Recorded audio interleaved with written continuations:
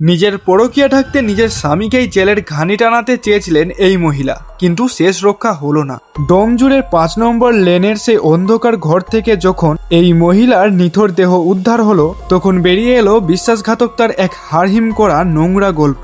মুর্শিদাবাদের এই দম্পতি গেঞ্জি কারখানায় কাজ করতে এলেও স্ত্রীর মন পড়ে থাকতো কারখানার ঠিকাদারের বিছানায়। দিনের পর দিন স্বামীর চোখে ধুলো দিয়ে তারা মেতে উঠেছিল পরকীয়ার নেশায়। শুধু তাই নয়, পথের কাঁটা সরাতে নিজের নিদর্শ স্বামীকে ফাঁসানোর জন্য শ্লীলতাহানির এক মিথ্যা নাটক সাজিয়ে তাকে জেলেও পাঠিয়েছিল এই মহিলা। কিন্তু গত বুধবার যখন সব সত্য প্রকাশ হয়ে গেল, তখন আর নিজেকে সামলাতে পারেননি সেই স্বামী। নিজের হাতে বিশ্বাসঘাতক স্ত্রীর সব খেলা ইতি ঘটিয়ে তিনি এখন গা ঢাকা দিয়েছেন। বিশ্বাস আর নোংরামি যখন সীমা ছাড়িয়ে যায়, তখন বিচারটা হয়তো এভাবেই হয়। আপনাদের কি মনে হয়, এমন প্রতারক স্ত্রীর ভাগ্যে কি এটাই হওয়ার কথা ছিল?